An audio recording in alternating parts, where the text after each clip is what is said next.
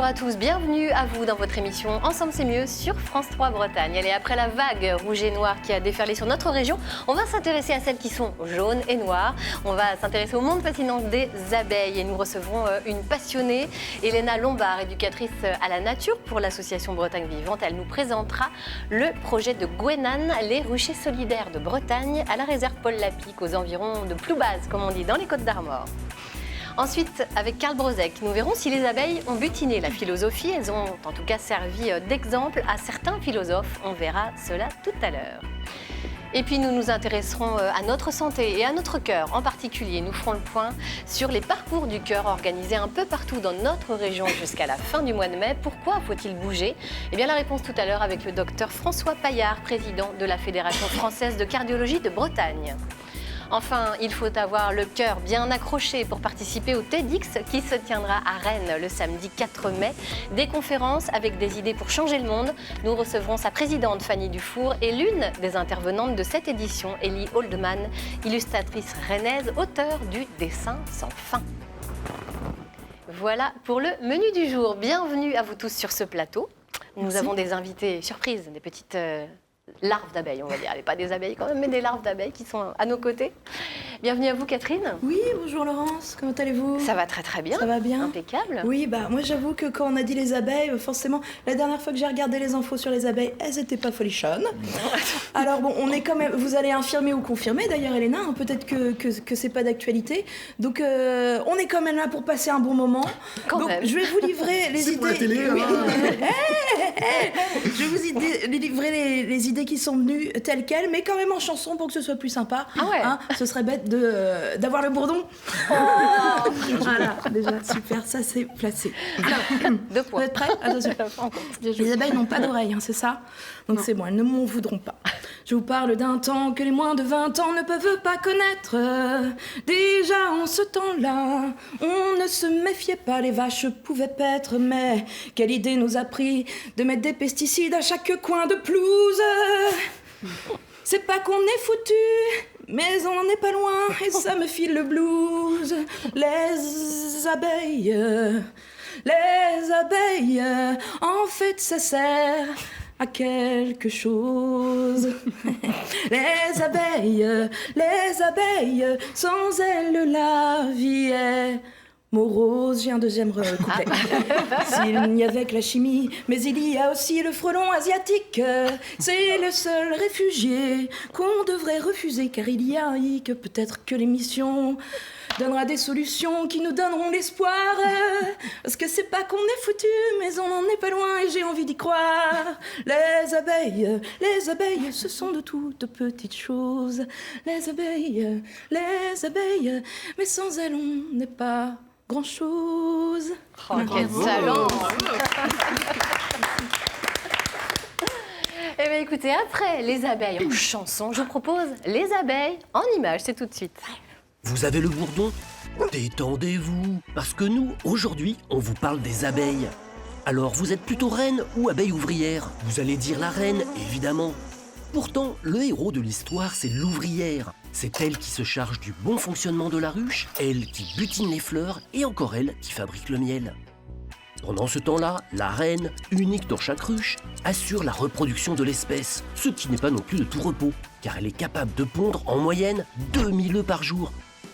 Mais pondre autant d'abeilles, ça sert à quoi alors ? En transportant le pollen d'une fleur à l'autre, les abeilles permettent aux plantes à fleurs de se reproduire. Elles pollinisent 80% des plantes du monde. Les plantes, elles, nourrissent les animaux et ainsi de suite. Conséquence, un tiers de notre nourriture dépend directement de l'abeille. Et pourtant, elles sont en danger. 9,2% des espèces d'abeilles sauvages étudiées en Europe sont en voie d'extinction. Et les coupables, c'est encore nous. Et oui, l'utilisation massive de produits chimiques est un danger pour les abeilles. À chaque fois qu'elles butinent une fleur, elles encourent le risque d'être contaminées et de mourir prématurément. Alors, on se secoue et on protège nos abeilles. On protège nos abeilles. Allez, une petite note d'espoir avec Elena Lombard. Bonjour Elena. Bonjour. Vous êtes éducatrice à la nature pour l'association Bretagne Vivante et ce matin vous êtes venue nous parler de la réserve Paul Lapic, située au bord de la baie de Launay, à Ploubaz, comme on dit, dans les Côtes-d'Armor. Et cette réserve, elle a une belle histoire. Vous nous racontez ? Oui, donc du coup, la réserve Paul Lapic, elle est située en baie de Launay. Elle fait à peu près 11 hectares de milieu naturel, qui comprend en fait une mosaïque d'habitats naturels. Et c'est Madame Lapic, en fait, qui, à sa mort en 2001, a légué ces 11 hectares de milieu naturel à l'association Bretagne Vivante, voilà, pour laquelle je travaille. Et voilà, donc je parlais de la mosaïque d'habitat. Et en fait, il y a un milieu précis là qui accueille justement des abeilles. Dans le verger, on a installé en 2015 un rucher solidaire. Mmh. Voilà. On ne peut pas les installer n'importe où, hein, ces ruches. Oui, il y a non, vraiment voilà, en des fait, conditions.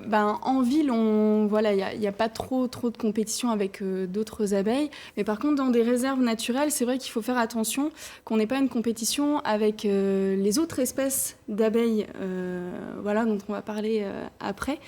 Nous, sur le site de la réserve, c'était un petit peu particulier parce qu'on est plutôt entouré de milieux agricoles et de maisons secondaires. Donc, disons que voilà, ça avait un peu moins d'impact sur les autres espèces d'abeilles. Alors, vous l'avez évoqué à l'instant, on ne le sait pas forcément. Nous, on imagine, voilà, on est tous pareils, je pense, on imagine une espèce d'abeille qui fait du miel, point barre, l'abeille, quoi, avec un grand A. Ben non, il y a différentes familles, il y a différentes sous-familles, des catégories. Est-ce que vous pouvez nous éclairer un peu là-dessus? Parce qu'on est tous un peu néophytes. Là, c'est vrai que du coup, les abeilles, il existe en fait dans le monde 20 000 espèces d'abeilles. En France, il y en a 1000 et en Bretagne, on en accueille 300. Voilà. D'accord. Connues à ce jour, en tout cas. Et donc, sur ces abeilles, en gros, sur toutes les abeilles sauvages, 10% des abeilles sont dites domestiques. Voilà, l'homme les a domestiquées pour pouvoir extraire le produit qu'elles produisaient. Donc c'est-à-dire le miel. Donc on les a mis dans des ruches et voilà, on élève des abeilles, donc Lapis mellifera, dans des ruches. Et finalement, les 90 autres % des espèces d'abeilles sont des abeilles dites solitaires.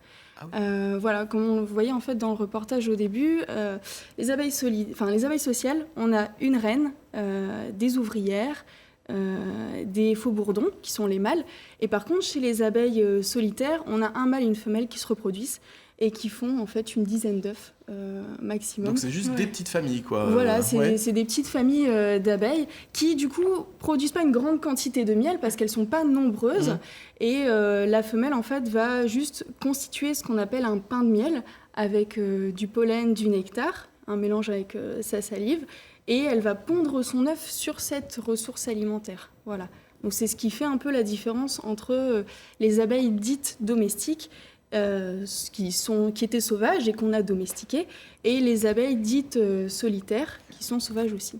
Donc c'est en fait le comportement social, la construction du nid qui définit un petit peu cette abeille solitaire. Voilà, ouais, c'est ça. Alors comment elle fait justement? Parce que vous êtes venu accompagner, on va dire, vous allez nous montrer peut-être un petit gîte à abeilles solitaires. Racontez-nous un petit peu. Voilà, alors du coup, chez les abeilles solitaires, on a des abeilles ce qu'on voit, des abeilles maçonnes, donc qui, ça c'est une osmie, et elle va aller chercher donc de la terre, elle va le mélanger avec sa salive, et elle va créer en fait une chambre pour son œuf, et ensuite elle va aller chercher donc du pollen, du nectar, à peu près à une centaine de mètres autour du nid. Elle va coller ça à la paroi de terre, et puis sur cette ressource alimentaire-là, elle va ensuite aller pondre son œuf. Puis elle va refermer la porte, et elle va faire ainsi de suite jusqu'à la fin en fait, du tube, parce qu'elle va utiliser des tiges creuses, et elle va en pondre une dizaine d'œufs. Il y a d'autres espèces. Sur l'ensemble des abeilles solitaires, il y a, on va dire, 70% des abeilles qui vont nicher dans le sol, dans la terre, 20% qui vont privilégier plutôt du bois du bois creux ou qu'elles vont creuser. Et là, on les appelle les charpentières. Les charpentières, ouais, voilà, qui vont aller creuser dans le bois. Et puis on a 10% des abeilles qui vont privilégier plutôt des tiges creuses, type des ronces, du sureau, des tiges à moelle. Donc c'est pour ça, je suis venue effectivement avec différents types de nichoirs, parce qu'on a différents types de nidification chez les abeilles solitaires. Vous voulez nous montrer un petit peu, rapidement, comme ça Oui, alors du coup, là, on a donc l'abeille, donc l'osmie. On voit la paroi. Donc c'est un gîte pédagogique que je montre aux enfants. D'habitude, voilà, on a quelque chose de fermé, on n'ouvre pas. Ah ouais. Voilà, on les laisse dans l'intimité, quoi. Donc là, on a la paroi de terre, la larve qui est juste ici, Voilà. et la ressource alimentaire qui est là, juste au milieu. Et donc ces abeilles, elles ont été pondues par la femelle mi-avril. La femelle et le mâle n'ont vécu que quelques semaines. Et cette progéniture-là va sortir seulement que l'année prochaine. Voilà. Ah oui, Ok, donc c'est tiens, ta gamelle, bye bye, on se revoit C'est bientôt. ça. Dans un an, c'est quoi. débrouille-toi. Si entre-temps tu t'es pas fait parasiter par une abeille dite l'abeille coucou, la kleptoparasite, qui elle a un comportement assez spécifique, qui est stratégique en fait. Elle n'a pas de brosse à pollen au niveau de son anatomie, donc elle peut pas aller récupérer le pollen. Elle a une langue pour aller chercher le nectar, mais pas le pollen. Donc, du coup, elle va aller piquer la ressource alimentaire chez les autres abeilles solitaires. Donc, elle va creuser à l'intérieur et elle va pondre son œuf à côté de l'autre abeille solitaire. Et après, il y aura une compétition et l'autre va manger. Donc c'est soit l'un soit l'autre Ah oui, qui bah, va c'est ça. bouffer. Voilà, en général, l'abeille coucou se développe beaucoup plus rapidement que la première abeille et donc C'est bien fait. C'est bien mange fait. l'autre, tu voilà. Mais bon, dans la nature, voilà, ça s'équilibre. Il y a les abeilles coucou, là, il y a les abeilles solitaires et il y a des abeilles domestiques. Bon, Elena, on vous retrouve tout à l'heure. Puisque la nature est bien faite, eh bien justement, on va y aller. Karl, vous vous êtes rendu dans une école à Saint-Malo. Oui. Vous avez rencontré des enfants et vous avez mis la tenue de circonstance en direction de l'école Amélie Fristel de Saint-Malo. Exactement. Bonjour messieurs. Bonjour. Bonjour les enfants. Alors nous sommes ici aujourd'hui au cœur d'un processus pédagogique très très particulier autour des abeilles. Est-ce que l'un d'entre vous peut nous expliquer un petit peu comment ça se passe, Serge ? Oui. Donc ce projet, il est né en fait d'une rencontre qu'on avait faite donc au mois de novembre autour de la semaine du goût. Et donc lorsque j'ai rencontré Charles, qui est un passionné bien sûr, on a eu l'idée de ce projet plus global et de vraiment découvrir les abeilles, mais du début jusqu'à la fin, c'est-à-dire de la production, de la construction des ruches jusqu'à la fabrication du miel. Et vraiment C'est-à-dire vivre que les enfants de l'école Amélie Fristel. sont vraiment au cœur même du processus de fabrication. C'est ça qui est incroyable. Voilà, l'idée c'était vraiment effectivement que les enfants soient acteurs du projet, vraiment du début jusqu'à la fin et participent vraiment à tout ce projet.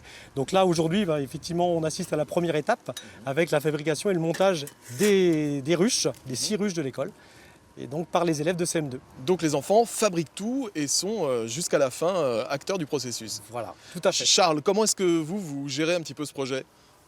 Plus simplement du monde, Oui. comme d'habitude. Ce qui est nouveau, cette fois-ci, et c'est la première fois à ma connaissance que ça se fait, c'est que les enfants vont être au cœur du processus. C'est-à-dire qu'on part de la fabrication des ruches, qu'ils vont faire avec les parents. Les ruches vont être peintes. Dans 15 jours, on va mettre les abeilles, on va les changer de ruches, les passer de ruchettes en ruches. Quelle est la différence entre ruchette et ruche ? Les ruchettes, ce sont des ruches d'élevage, D'accord. de la petite ruche. Ok. Les enfants vont les passer dans les ruches. Ils ramasseront le miel d'ici un mois. Le miel sera extrait. On emmènera l'extracteur. Ils viendront extraire le miel. Ils viendront le mettre en maturateur, le tirer, le mettre en pot, dessiner les étiquettes, coller les étiquettes, vendre le miel. Et fin juin, l'argent ramassé va payer l'intégralité du projet. Voilà. C'est-à-dire que 3 mois après le début du projet, le côté économique est bouclé. Il y aura même du bénéfice qui ont servi à payer les ruches et les salopettes. Est-ce que la reine elle a une forme particulière ou est-ce qu'elle est plus grosse ? Un peu plus grande. On voit tout ce qui est marron ici, là. Ça c'est du couvain d'ouvrières. Je viens voir des abeilles, les découvrir, voir où elles vivent, comment ça se passe dans des ruches. Il a sorti les cadres où elles pondaient et où elles faisaient le miel. Ça fait drôle, donc moi j'ai un petit peu peur des abeilles. Quand j'ai su que j'allais venir voir les ruches, j'avais un peur, mais là, non, c'est bien. C'est sûr, elles ont une façon de vivre différente. C'était très intéressant parce qu'on a appris on a appris plein de choses. À cause de la pollution, les reines elles vivaient moins longtemps. C'est regarder les abeilles et découvrir quel rôle est chaque abeille. Il y a la reine, il y a les ouvrières, et voilà, il y a plein de sortes d'abeilles, alors que nous, les humains, il y a l'homme et la femme, quoi, alors que les abeilles, il y en a plusieurs sortes. Il y a plein de trucs que je savais pas que moi qu'il y avait 8000 abeilles par exemple dans une seule ruche. Le rôle des abeilles, c'est de faire du miel, mais c'est aussi la pollinisation. Elles font naître les fleurs et après du coup il y a des arbres et grâce à ça on respire. J'aime bien le miel d'acacia. Le miel d'acacia. Moi, c'est le miel au rhum. Le miel des forêts. Le miel dans les forêts, ça existe. En fait, c'est du miel avec du rhum à l'intérieur. Mais non. Si, du C'est beau la jeunesse. C'est beau. C'est génial. C'est magnifique les paroles des enfants, c'est formidable, quoi. Incroyable. On va aller à Saint-Malo. Alors Elena, des actions de sensibilisation comme celle-ci auprès des enfants, est-ce que c'est essentiel justement pour concourir à la préservation de l'abeille, quoi? De l'abeille, ouais, exactement. En fait, faut passer par la sensibilisation pour déjà faire découvrir les abeilles et puis comprendre son importance dans notre rôle. Si on n'avait pas d'abeilles, on n'aurait pas de fruits, de légumes. Ouais. Alors est-ce que nous, à notre petit niveau, dans notre jardin, on peut faire quelque chose de manière très succincte? Oui, bien sûr. En fait, c'est pour accueillir les abeilles. Il faut déjà avoir de quoi se loger et de quoi se nourrir. Le gîte et le couvert. C'est ça, le gîte et le couvert. Donc chez soi, on peut laisser des talus à nu, laisser la flore sauvage se développer. Le pissenlit, c'est génial. Le pissenlit, c'est riche en nectar. Voilà, les abeilles, elles viennent butiner ces fleurs-là, les plantes aromatiques. Et puis, laisser un tas de bois ou un tas de pierres où les abeilles vont pouvoir nicher. Et si on veut aussi, on peut construire des petits abris pour les accueillir. Donc là, on appelle ça des hôtels à insectes. Voilà, les petits hôtels à insectes. Ouais. Donc vous avez des tiges creuses, des tiges avec de la moelle, la partie blanche qui est ici. Donc le sureau, la ronce. Et puis, vous pouvez aussi faire une petite partie avec de la terre, qui vont accueillir plusieurs espèces d'abeilles solitaires. Et elles qui pourront cohabiter dans l'hôtel Alors, elles peuvent cohabiter et c'est bien d'installer en fait des nids un petit peu partout dans son jardin. Laisser des milieux naturels pour qu'elles puissent venir, mais aussi, pourquoi pas, installer des hôtels à insectes dans son jardin pour les accueillir aussi, quoi. Et surtout, comme on disait, le gîte et le couvert. Et voilà, plus on aura en fait une diversité d'espèces végétales, plus on accueillera une diversité d'espèces animales dans son jardin. Et puis on peut parrainer des ruches, comme justement dans ce projet Gwenan. Oui, ce que vous nous aussi, conseillez. voilà. On fait comment très concrètement ? Alors du coup, qu'on soit particulier, entreprise ou même des écoles, on contacte en fait sur le site internet Gwenan. Donc c'est un collectif d'auto-entrepreneurs qui s'est monté à Avant-Première, à Plérin, qui est basé à Plérin. Dans les Côtes-d'Armor, donc, voilà, dans Saint-Brieuc. Voilà, c'est ça. Et du coup, on parraine les ruches à différentes hauteurs de tarifs. Et on peut aller visiter la ruche et découvrir les abeilles solitaires en complément. Il y a parfois même des entreprises qui font don des animations aux écoles. Et donc, comme on a vu dans le reportage, les enfants, comme les adultes, mettent des tenues d'apiculteurs. Ils vont découvrir le cœur de la ruche. Et puis, moi, je fais découvrir par des petits jeux, en fait, les différentes abeilles solitaires. Merci beaucoup à vous, Elena. Et puis, on va retrouver tout de suite notre apiculteur philosophe qui est là sur ce plateau. Oui, ça peut être la apiculture en 2 mots. Ah oui, la apiculture. Alors voilà. Alors Karl, puisqu'on parle des abeilles, on peut se demander, est-ce qu'il y a des abeilles qui ont butiné la philosophie ? Dites-nous. Figurez-vous que oui, c'est vrai que l'abeille, assez étrangement, est un motif récurrent dans l'histoire de la philosophie. On peut commencer avec Blaise Pascal. Blaise Pascal, savant et philosophe français, XVIIe siècle.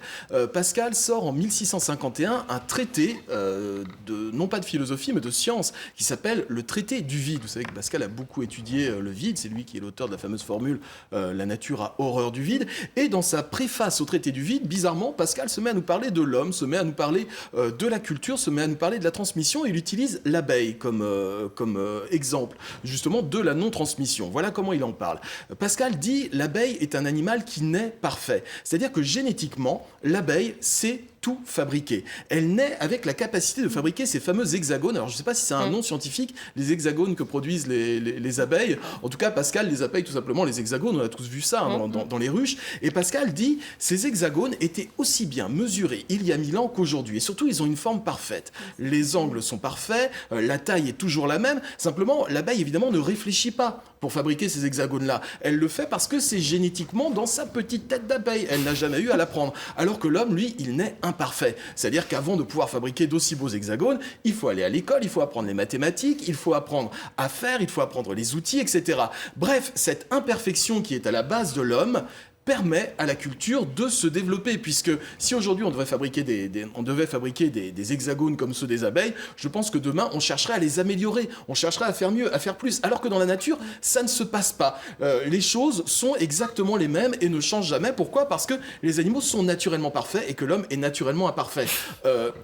Rousseau va prendre exactement le même exemple pour parler de l'historicité chez l'homme. C'est-à-dire que Rousseau va dire, eh bien, l'homme, lui, a une histoire à court terme. Regardez les maisons telles qu'elles étaient construites il y a 100 ans et les maisons telles qu'elles sont construites aujourd'hui, ça n'a strictement plus rien à voir puisque nous avons une histoire à court terme, ce que n'ont pas les abeilles, par exemple. Alors, est-ce que les abeilles, Karl, sont présentes dans les fables philosophiques ? Oui, il y a une fable philosophique en particulier qui va sortir en 1723, qui va s'appeler La fable des abeilles de Bernard Mandeville, qui, contrairement à ce que son nom indique, n'est pas français mais hollandais. Il est établi en Angleterre, il est médecin, Mandeville, et il va sortir La fable des abeilles, qui va être un véritable scandale à son époque. Alors, pourquoi un scandale ? Un scandale parce que, avec cette image, avec cette personnification des abeilles, Bernard Mandeville va parler de la société de son époque. Et pour lui, le constat n'est pas rose. Mandeville nous dit, imaginez une ruche d'abeilles qui prospère, qui va de l'avant, dans laquelle l'économie se passe très bien. Bah oui, parce que chez Mandeville, les abeilles sont extrêmement anthropomorphiques, c'est-à-dire qu'elles ont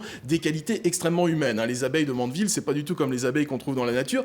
Par exemple, il y a des castes, alors un peu comme chez les abeilles, effectivement, sauf que là, il y a des gantières, il y a des commerçantes, il y a des... Voilà, en fait, ce sont des humains dont il parle, un peu comme dans les fables de La Fontaine. Et surtout, les abeilles, elles connaissent le pognon chez Bernard Mandeville.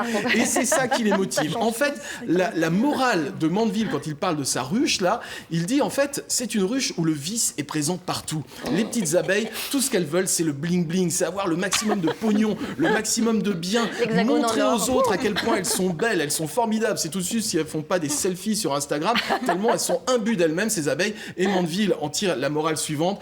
Plus une société est égoïste, avide d'argent, avide de notoriété, plus la société fonctionne bien. Pourquoi ? Parce que l'argent circule. Les abeilles les plus riches font circuler la monnaie pour pouvoir avoir tous les biens possibles et imaginables. Et donc, vous voyez que à l'époque, la morale pré-révolutionnaire du XVIIIe siècle consistait à dire « Mais non, l'homme est bon, l'homme est là pour l'entraide, pour la solidarité. Ensemble, c'est mieux. » Je la sors à chaque fois. Mais en tout cas, lui, Bernard Mandeville, est totalement à contre-courant de ça, puisqu'il dit « Une société prospère, c'est une société où chacun n'en veut que pour sa petite tronche personnelle. » Mais c'est terrible. Et voilà pourquoi il se sert des abeilles pour en parler. Bon, alors, elles finissent comment, ces abeilles ? Avec des alors ruches comment en ça or, se termine ? ça se Eh bien, il y a termine une espèce de petit miracle qui se passe en plein milieu de la fable. Une des petites abeilles, qui est gantière, donc elle fabrique des gants pour les autres abeilles, c'est assez étonnant, supplie les dieux que tout d'un coup, ces abeilles soient moins égoïstes, moins égocentriques, moins avides d'argent. Et les dieux réalisent le vœu de cette petite abeille. Et tout d'un coup, ces abeilles ne sont plus du tout égoïstes, égocentriques et cupides. Elles deviennent généreuses, gentilles à l'égard des autres. Et c'est ce qui cause la perte de la ruche. L'argent ne circule plus parce que plus personne n'en veut un maximum. Tout le monde n'en veut que pour ses petits besoins personnels. Et finalement, eh bien, l'argent n'irrigue plus la ruche. Et puis surtout, il se passe un truc, c'est qu'avant, les militaires de cette ruche étaient des gens couards, lâches, mais avides d'honneur et qui envoyaient les soldats au casse-pipe pour protéger la ruche. Là, comme tout le monde se bat vaillamment pour protéger la ruche des frelons, eh bien, toutes les petites abeilles qui n'ont plus que leur sens de l'honneur se font exterminer par les frelons. La ruche finit par déménager parce qu'elle qu'elle est totalement envahie et se trouve dans un tronc d'arbre où ces petites abeilles n'ont finalement plus grand-chose que leur honneur et leur honnêteté comme seule richesse. Donc voilà, la morale de cette histoire est totalement contraire à la morale philosophique de l'époque. Bernard Mandeville nous dit « Soyez cupides, soyez égoïstes, soyez comme ces abeilles de la fable et vous ferez au mieux fonctionner la société. » Scandale inouï pour l'époque. Il avait l'air vraiment sympa. Oui, absolument. J'aimerais bien manger avec lui, celui-là. En même temps, c'est rigolo, un philosophe totalement à contre-courant de son époque. Écoutez, merci, Karl, Je vous en prie. éclairage. Merci beaucoup. Vous connaissiez cette fable, Elena ? Pas du tout, non. Alors, elle est téléchargeable, d'ailleurs. Je voulais juste préciser ça. Si vous voulez avoir ce bouquin, si vous aussi vous êtes avide de pognon et que vous voulez mettre de côté, allez la télécharger en PDF sur Internet. Vous tapez Fable des abeilles Mandeville. C'est passionnant à lire. Ça se lit très bien comme une fable de La Fontaine. Et c'est vraiment rigolo parce que c'est vraiment un exemple totalement à part dans l'histoire de la philo. D'accord. Et vous savez quoi maintenant on va avoir du cœur. Hein, ce serait une bonne nouvelle. Voilà. Alors là, on est à l'inverse de nos abeilles. On va est philanthrope, là. Voilà, on va être plus philanthrope avec vous, docteur François Paillard. Bienvenue. Vous êtes le président de la Fédération française de cardiologie de Bretagne et vous exercez également au CHU de Rennes. On va parler de la nouvelle édition des Parcours du cœur qui se tiennent dans notre région jusqu'au 26 mai, c'est ça ? Oui. Et l'objectif de cet événement, c'est de nous inciter à bouger. Alors, sans pièces d'or plein les poches, léger, à nous mettre en mouvement et à nous protéger des maladies cardiovasculaires. Comment faire un état des lieux ? Comment va le cœur des Bretons d'abord ? Alors, il va les Bretons ont-ils du cœur ? Ça oui, on en est sûr d'un certain côté. Les Bretons ont du cœur, ça c'est indéniable. Ouais. Mais il va peut-être un tout petit peu moins bien que la moyenne nationale quand même. Tiens donc. Il y a un petit surcroît de maladies cardiovasculaires en Bretagne, comme d'ailleurs, c'est pas simplement une exception bretonne, c'est toutes les régions du nord de la France et jusqu'à l'ouest, breton. Donc ça va de l'Alsace à la Bretagne en passant par le nord. Et donc ces régions qui sont au nord et nettement plus au nord que la Loire, si on veut, sont plus à risque que les régions du sud de la France. Et ça, c'est un gradient qui est plutôt européen. C'est-à-dire que quand on est au nord de l'Europe, on est plus à risque que quand on est proche de la Méditerranée. Donc, on connaît la cause ou pas ? Alors, l'olive, essentiellement. Absolument, entre autres. Donc les causes sont évidemment un peu multiples, mais elles tiennent quand même beaucoup au mode de vie. Et effectivement, le mode d'alimentation, le mode d'utilisation des huiles de rajout n'est pas tout à fait le même dans les pays du Nord et dans les pays du Sud. Et effectivement, l'huile d'olive, aussi la disponibilité en fruits, en légumes, fait que les régions qui sont plutôt vers le Sud ont une alimentation qui, traditionnellement, culturellement, est plutôt favorable au système cardiovasculaire. Alors que des alimentations qui sont un peu plus dépourvues de fruits et légumes, un peu plus riches en produits animaux, vont être un petit peu plus à risque sur le plan cardiovasculaire. Alors, on compte combien de décès chaque année en Bretagne, dû à ces maladies cardiovasculaires ? En Bretagne, on a à peu près 10 000 décès par maladie cardiovasculaire. Sur la France, c'est 150 000 à peu près décès par maladie cardiovasculaire. Est-ce qu'il y a des populations plus à risque ? Dites-nous. Alors, il y a des populations qui sont plus à risque. Donc, traditionnellement, mais ça c'est vrai partout, les hommes sont plus à risque jusqu'à, grosso modo, 50-60 ans. Et puis après, les femmes rattrapent le mouvement. Donc, les femmes, on explique ça par les hormones féminines qui sont plutôt protectrices jusqu'à la ménopause. Et donc, au-delà de la ménopause, cette protection relative s'atténue un peu. Et donc, les femmes rattrapent ensuite les hommes. Alors, est-ce qu'il y a des facteurs de risque plus importants comme le tabac, par exemple, le tabagisme, d'autres causes ? Alors, il y a les facteurs environnementaux, donc ceux que vous citez. Le tabac, c'est un problème majeur, ça reste un problème majeur, notamment pour les pathologies cardiovasculaires des sujets jeunes. En dessous de 50 ans, c'est vraiment le facteur de risque numéro 1. La plupart des maladies cardiovasculaires qui surviennent avant 45-50 ans surviennent malheureusement chez des fumeurs. On peut rajouter, pas très loin, finalement, le rôle de la pollution qui augmente un petit peu et qui aussi joue un rôle défavorable sur les maladies cardiovasculaires. Et puis après, c'est ce qu'on mange et la façon avec laquelle on bouge, donc c'est l'assiette, et puis la façon avec laquelle on fait de l'exercice ou pas d'exercice. D'accord, alors justement, on va en parler plus précisément. On peut presque dire que l'inactivité physique, elle est mortelle finalement.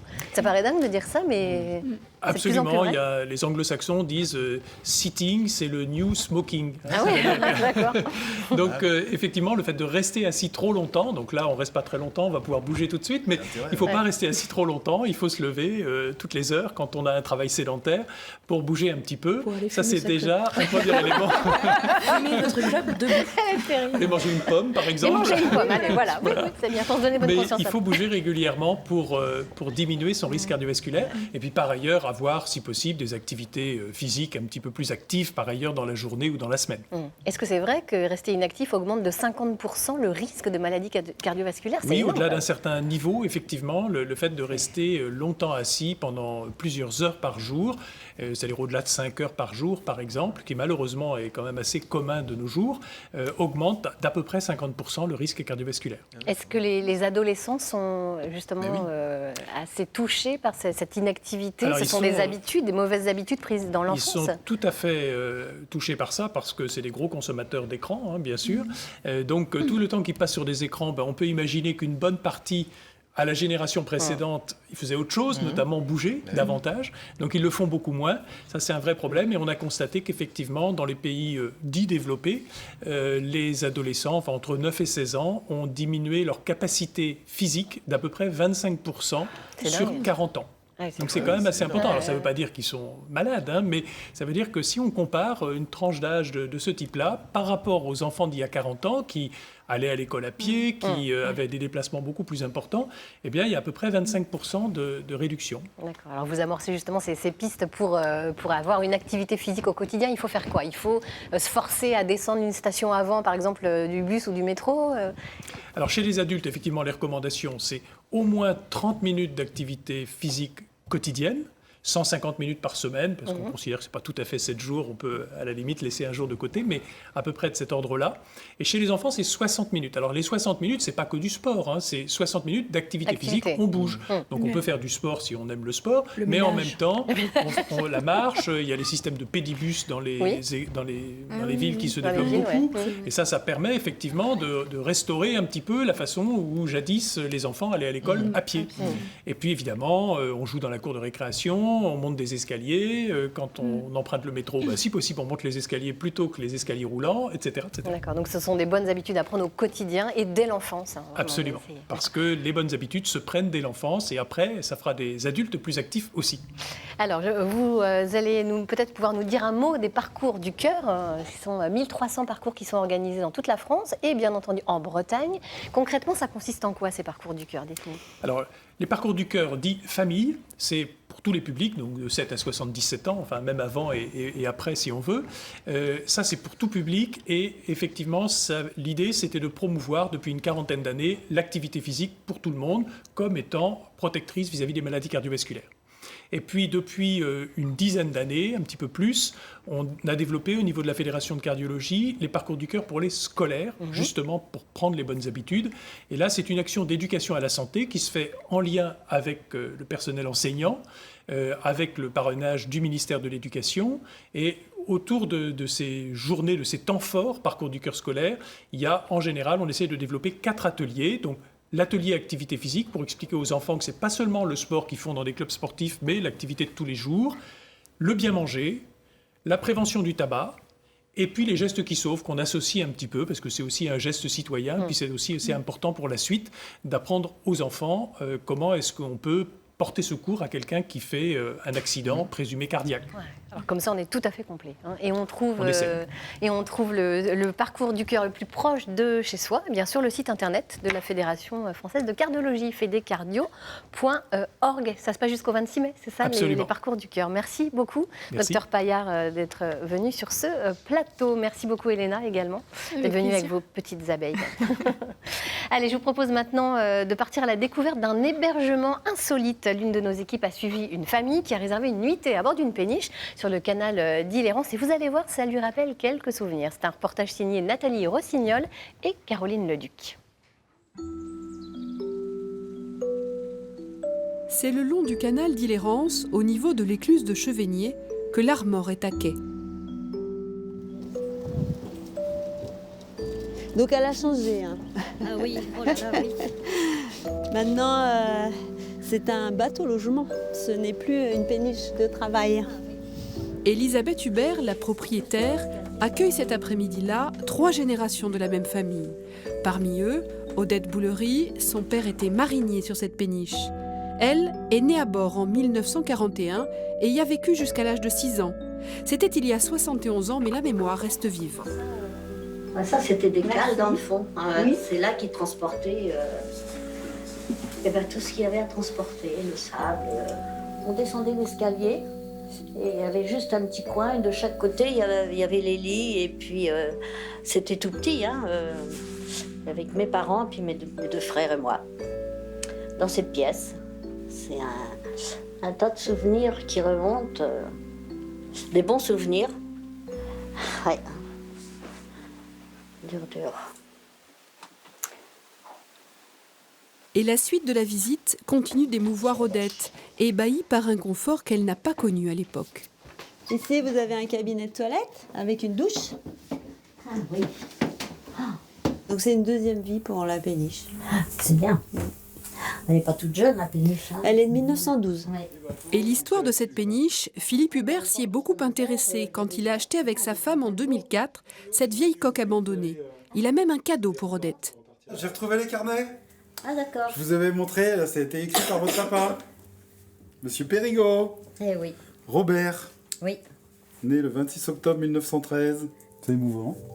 Hein, c'est écrit par votre grand-père, du coup. Ouais, qu'on n'a pas connu malheureusement, nous. Il est mort jeune. Oh oui, il avait 37 ans. Robert Périgot n'a donc pas su ce qui était arrivé à l'Armor, du transport de fret jusqu'en 1996, avant d'être envahi par la végétation. Donc vous l'avez acheté comme ça? Ouais. Oui, comme ça, on l'a acheté. D'accord. Oh là là, oui. Ah, vous étiez motivé, hein? Ah ouais, faut être motivé. Là, il y a de la passion, là. Hein, ouais. Parce que... De la passion et 5 ans de restauration pour l'éclusier passionné. Bravo. Bravo, ouais, oui. Bravo. C'est émouvant, quoi. Puis qui font partie de l'histoire de la péniche aussi. C'est tous ces gens-là, tous ces gens qui sont nés sur la péniche, au moins 5. Et puis quand ils viennent, ouais, ça me touche. Ah ouais, c'est intéressant. Ouais. En plus, ils ont des choses à raconter et on apprend encore sur notre bateau. Donc on est content, très content. Ce petit week-end. Ouais. Ces souvenirs. À ta naissance, maman. À ma naissance. Retour sur l'Armor au petit matin. Qui veut du café? Malgré le grand confort et le calme des lieux, la nuit n'aura pas été si paisible pour tous. Oh, dur pour s'endormir. Il y a un tas de choses qui remontent. Hein, malgré que, bon, jusqu'à 6 ans, on n'a pas beaucoup de souvenirs, mais ça, je m'en souviens quand même. Hein.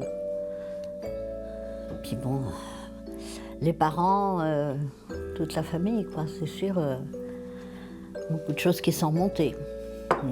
J'ai réimaginé tout le monde ici, ma mère avec ses frères, ses parents, ma grand-mère que j'aimais beaucoup, donc ça fait drôle. J'ai pleuré avant de m'endormir. Mais c'est magique, quoi. Ça permet aussi de rapprocher les liens, de recréer des mémoires, que ce soit pour nous, pour Juliette. Entretenir la mémoire et rendre hommage notamment à ce grand-père Robert, par qui toute l'histoire familiale a commencé sur cette péniche. Même si on ne l'a pas connu, il est quand même là, parce que la preuve, il nous a peut-être que c'est lui qui nous a emmenés là. On ne sait pas. En tout cas, c'est sûr, toute la famille a désormais le souhait de revenir à bord. Que d'émotions. Très, très joli reportage. Allez, nous, on va partir à bord du prochain TEDx Rennes. Et pour cela, Fanny Dufour, bonjour. Et Élie Holdeman nous ont rejoints. Bonjour à toutes les deux. Fanny, vous êtes la présidente de l'association Bretagne Idées Larges, organisatrice de la conférence TEDx de Rennes qui aura lieu donc samedi 4 mai à partir de 19h aux Libertés à Rennes. Qu'est-ce que ça veut dire TEDx d'abord? Parce que c'est toujours, ça intrigue toujours en fait. Oui, ce sont principalement 3 lettres, technologie, entertainment, design. Donc on y parle de tous ces sujets. Le X veut dire qu'on est indépendamment organisé de la franchise américaine. Parce que ça vient des États-Unis. Parce que ça vient, voilà, un mouvement international dans énormément de villes.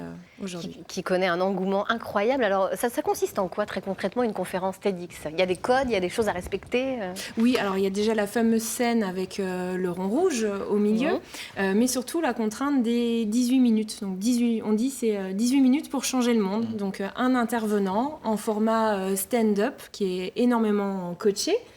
Et qui vient présenter son idée pour changer le monde, son idée qui vaut la peine d'être partagée, que ce soit un projet, que ce soit une entreprise, voilà. Alors, vous savez quoi, il y en a un quand même sur ce plateau qui est bien au courant, n'est-ce pas, Karl? Ben oui, absolument, c'est votre journée aujourd'hui. Oui, dites donc. Vous savez quoi? Eh bien, puisque vous avez fait le TEDx l'année dernière à Rennes, on s'est dit qu'on allait peut-être en repasser un petit extrait. Allez, surprise, il n'était pas au courant. Ah, c'est mignon. Karl Brozek au TEDx Rennes de l'an dernier. C'est parti. Je suis prof de philo. C'est mon métier, c'est mon occupation du temps. D'ailleurs, prof de philo, c'est un des rares métiers qui s'énonce en 2 mots et dont les 2 mots sont des abréviations. Professeur de philosophie, prof de philo. Les rares autres métiers qui s'énoncent en abréviation, en général, c'est plutôt les métiers de la com. Pas la communication, hein. La com. Qu'est-ce que tu fais dans la vie? Je suis créa dans la com. Je suis DIRCOM. Je taffe dans la com. Ah d'accord, très bien. Et sinon, toi, tu fais quoi? Moi, je suis chauffe-route. Chauffe-route? Ouais, chauffe-route, chauffeur routier. Ah oui, d'accord. Et sinon, toi, tu fais quoi? Moi, je suis infirme. Quoi? Ouais, infirmier. Ah oui, d'accord. Non, c'est pas possible. Il y a des métiers qui n'ont pas d'abréviation. Alors là, je suis sûr que vous vous dites, tiens, un prof de philo, il va remettre du sens dans tout ça.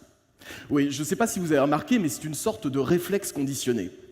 Un philosophe, un prof de philo, quelqu'un qui a un rapport avec la philosophie, partout où il est invité, partout où il passe, sur les plateaux télé, à la radio, il est là pour remettre du sens. Mais quel sens? Et pourquoi? Vous avez 4 heures.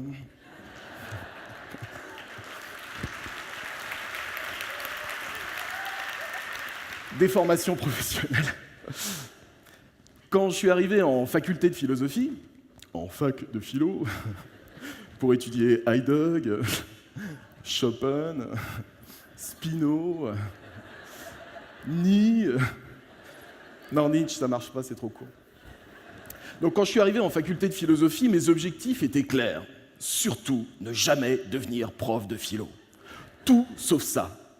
Tout sauf être cette espèce de flic sinistre qui débite du concept au kilomètre, le mec en noir sur son estrade. Non, jamais de la vie. Quel cauchemar. Bon, en même temps, j'avais 18 ans, hein. Les choses ont bien changé depuis. Mais alors, qu'est-ce que je foutais là? Qu'est-ce que je fichais en fac de philo? Moi-même, j'en étais pas sûr. Est-ce que j'étais là pour trouver du sens? Est-ce que j'étais là pour comprendre quelque chose sur moi-même, sur le monde autour de moi? Est-ce que j'étais là pour appréhender le sens de la vie, le sens de la mort? Du sens. On fait de la philo parce qu'on veut du sens. Mais non. Non. Faire de la philosophie pour trouver du sens, c'est quand même un peu peine perdue. Le philosophe n'est pas là pour remettre du sens.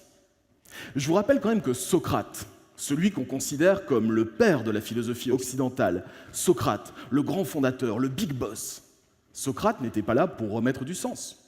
Au contraire, l'objectif de Socrate et même de toute la philosophie antique, c'était plutôt de foutre le bordel. D'ailleurs, dans un dialogue de Platon, à un interlocuteur qui lui demande qui il est et ce qu'il fait dans la vie, Socrate répond « Je suis déroutant et je ne crée que de la perplexité ». En fait. Eh ben, vous voyez, 1 an plus tard, il connaît encore son texte par cœur. C'est ça qui est impressionnant, c'est qu'il faut dire que les coachs ne nous lâchent pas. Les coachs sont tellement à nos trousses que moi, je me souviens que 1 mois à peu près avant mon TEDx, je passais mon temps chez moi dans ma salle de bain, devant ma glace, à répéter le texte. Et aujourd'hui encore, je le sais par cœur au cordeau, grâce notamment à Catherine, puisque Catherine était mon coach. Mais c'est parce que tu le regardes tous les matins. Ah bah bien sûr, je m'admire. Tu peux le dire. Je m'admire. Regardez dans son intégralité, ainsi que les autres vidéos, parce que c'est très sur le site de TEDx Rennes, voilà. Et merci à la productrice de cette émission qui vient de me glisser tu as maigri de la barbe et des cheveux depuis un sujet un peu sensible. Merci. Fanny, alors comment vous choisissez les intervenants? Sur quels critères?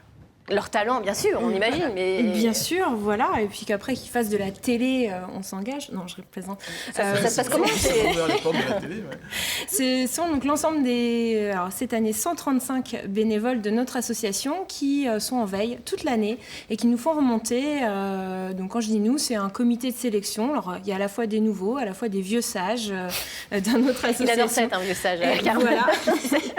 Et on va choisir, pour l'événement, pour un TEDx, il faut de tout. Il faut du sujet léger, il faut du sujet profond, il faut des artistes, il faut des scientifiques, il faut... Avec des cheveux licornes, tout ça. Voilà. Il faut un peu tout. Alors, à quoi va ressembler le Cru 2019 ?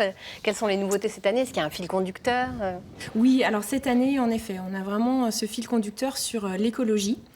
Parce qu'on ne peut pas attendre. Et je crois que là, voilà, il y a urgence. Donc, presque l'ensemble de nos intervenants vont aborder cette thématique, mais sous des angles complètement différents. Voilà, certains scientifiques, certains sur des projets de vie. Voilà. Alors, vous coachez, vous, 2 personnes. Vous coachez qui et de quoi vont parler ces personnes ? Alors, j'ai la chance de coacher Bérangère Mata, donc, qui est la référente Grand Ouest de SOS Méditerranée. Donc, elle va nous parler du drame qui se passe aujourd'hui en Méditerranée, de naufrages incessants des migrants. Donc là, on est sur un sujet d'actualité et sur un sujet auquel il faut absolument réagir. Et je coach Sophie Fontanelle. Donc là, on est sur toute autre chose, mais c'est ça aussi TEDx. On passe de sujets vraiment différents, qui, elle, va nous parler d'un sujet qui est intime, qui est l'image de soi, qui est l'élégance et comment être élégant au quotidien. Tu vas regarder ça. Voilà, vous voyez. Bien sûr, mais j'y serais sans problème. Mais c'est vrai qu'il faut vraiment retenir ça de TEDx, c'est-à-dire qu'on ne voit pas simplement défiler des gens qui font leur petit show pendant 15 minutes. Je trouve que chaque intervenant de TEDx laisse une empreinte profonde. On y repense très longtemps après. Et c'est pour ça aussi que ça fonctionne, TEDx. Ça fait vraiment passer les idées. Ah, vous parlez comme un vieux sage. Là, c'est sûr, maintenant, ça y est. Et c'est déjà complet, dites-nous. Oui, c'est déjà complet. Donc, c'est vraiment notre 3300 personnes, donc aux Libertés, complet depuis 2 semaines déjà. C'est pas la taille qui compte, mais c'est le plus grand de France, je crois. Oui, c'est le plus grand de France. C'est pas pour frimer, en fait, c'est vraiment pour... Parce que, si, un peu, mais parce qu'on aime bien ça aussi en tant que breton, mais c'est surtout parce que les idées méritent d'être partagées au plus grand nombre. Si on avait une salle de 150 000 personnes, on aurait fait 150 000 personnes. Enfin, vraiment, les idées des intervenants... Élie Olmat, ça lui fait peur un petit peu. Alors justement, après le vieux sage, pardon Carl, mais c'est un compliment, on va retrouver une jeune femme. Bonjour Élie, vous êtes illustratrice, rennaise, autodidacte. Oui. Et c'est la première fois que vous allez monter sur la scène de TEDx. Qu'est-ce que ça fait de se présenter comme ça devant 3000 personnes ? Vous n'êtes pas comédienne, vous n'êtes pas actrice. On se prépare comment ? C'est pas facile. Ça fait peur un peu, c'est un peu stressant. En vrai, je pense qu'on peut... Enfin, moi, personnellement, là, je ne l'ai pas encore fait, donc je n'ai pas encore la notion de ce que ça fait. Mais je sais que c'est la plus grande salle devant laquelle je vais me tenir depuis que je suis née. Donc déjà, c'est un concept en soi. Et je sais en plus que c'est 3000 personnes, mais qui sont en face de moi, que je ne vais pas forcément voir. Donc c'est un peu... C'est pas comme quand je vous parle, où je vous vois et je peux voir les réactions de chacun. Là, c'est... Je ne sais pas encore ce que ça va donner. C'est impressionnant. En tout cas, on vous souhaite bonne chance. Alors, vous allez présenter votre Dessin sans fin. Oui. C'est un projet qui a pris de l'ampleur sur les réseaux sociaux en 2017. Qu'est-ce que c'est exactement ? Expliquez-nous un peu ce projet. Alors, le Dessin sans fin, en fait, c'est quand j'ai commencé à dessiner en 2016. Et vers 2017, je dessinais tous les jours et je m'amusais beaucoup. Et en fait, je me suis sentie très vite un peu serrée sur une feuille de papier. Et j'ai surtout découvert la tablette graphique. Et donc, ces possibilités infinies. Et je me suis dit que j'avais envie de dessiner en grand, un truc géant sans m'arrêter. Et au départ, quand on commence à dessiner, c'est bien d'avoir des retours. Donc moi, je postais mes dessins sur Instagram parce que ça me permettait d'avoir des critiques autres que celles de maman qui dit « c'est bien ce que tu fais, ma chérie ». Et du coup, je sais plus trop comment ça m'est venu. Je me suis dit « tiens, je vais faire des lignes, des cases. Et comme ça, je pourrais dessiner le même dessin tout en rajoutant plein de dessins dedans et sans jamais m'arrêter. Donc, liberté totale. » Et c'est vrai que ce dessin, du coup, qui était en une seule couleur, un bleu un peu profond, depuis, je ne l'ai pas arrêté. Il a plu à pas mal de gens. Et j'ai eu des abonnés sur Instagram et tout ça. Et donc, on m'a proposé de l'exposer à Rennes. Et de là est venu le projet que je vais présenter à TEDx cette année, parce que Ce dessin étant en format d'Instagram, il faisait à ce moment-là 15 mètres de haut sur 60 cm de large. Et du coup, ça sert à rien en fait de l'exposer parce que vous êtes en face du dessin, c'est bien mignon, mais au bout de 2 mètres de haut, on voit plus rien. Et du coup, j'ai eu envie de dessiner la suite de ce dessin-là et de le présenter sous forme de fresque de 2,50 m de haut sur 5 mètres à peu près. Et comme Electronica, avec qui je parlais à ce moment-là, du coup, pour l'exposer, travaillait sur les paramètres de réalité augmentée, on s'est dit, allez, c'est parti. On va partir là-dessus. Alors, il y a également une visée écologique dans ce projet. Oui. Ça vous tient vraiment à cœur. Et en cela, vous vous inscrivez complètement dans la thématique de TEDx de cette année. Et quel est votre objectif, en fait ? En fait, quand je suis passée à réfléchir à comment l'exposer, quel format et tout ça, je me suis surtout dit que, pour le coup, j'allais m'adresser à des gens en particulier qui viendraient à une exposition, que j'avais une potentialité de toucher du public, autre qu'Instagram et les gens qui passent par là. Et je me suis demandé de quoi j'avais réellement envie de parler. Donc j'ai écrit une histoire pour les enfants qui raconte un désastre écologique dans un marécage, dans un monde parallèle. Et donc la fresque représente ce qui s'est passé dans ce marécage. Et tout le propos est de demander aux enfants qui vont voir la fresque d'aller chercher plein de déchets, de bouts de plastique qui sont apparus dans le marécage après ce désastre et de leur demander de les ramasser virtuellement. Donc quand ils les auront trouvés dans la fresque, ils vont pouvoir passer une tablette et déclencher une vidéo en réalité augmentée. Et dans ces vidéos, les déchets seront enlevés par des petites mains d'enfants et du coup, ça fera réapparaître la couleur, la musique, l'animation des personnages et tout le monde sera bien plus heureux après, quand les déchets seront partis. Ce qui permet du coup de créer un réflexe chez les enfants que ramasser le plastique qui traîne par terre, c'est beaucoup plus marrant que de ne pas le faire. Bon, super. Ellie, vous n'avez pas 18 minutes, désolée, c'est fini. Mais merci beaucoup. Rendez-vous samedi à 19h, donc au Libercé à Rennes pour cette nouvelle édition de TEDx. Voilà, on est presque à la fin de cette émission. Un petit mot, Catherine, avant de se quitter ? Bon on a eu du cœur, on a vu que les jeunes apprennent à s'occuper des abeilles aussi déjà, apprennent à ramasser aussi. Vraiment, heureusement qu'il y a des jeunes, vieux sages. Vieille branche. Dis donc, on dira qu'on aura vu ça à Montbrosec. Non, mais très bien. Alors, moi, je vous conseille, donc pas cette année, si vous n'avez pas le billet, mais d'aller au voir. Et puis, sachant que les vidéos sont toujours disponibles gratuitement. Sur le site internet. Et vous avez un super moteur de recherche. Vous pouvez vraiment piocher dans le monde entier. C'est un puissant fond d'inspiration. À partager, évidemment. Merci beaucoup à tous d'avoir été avec nous. On se retrouve demain, jeudi à 10h50. On s'intéressera au yoga. Une autre pratique à partager. Allez, très belle journée sur France 3 Bretagne. Dans quelques minutes, place à votre journal régional. Kenavo.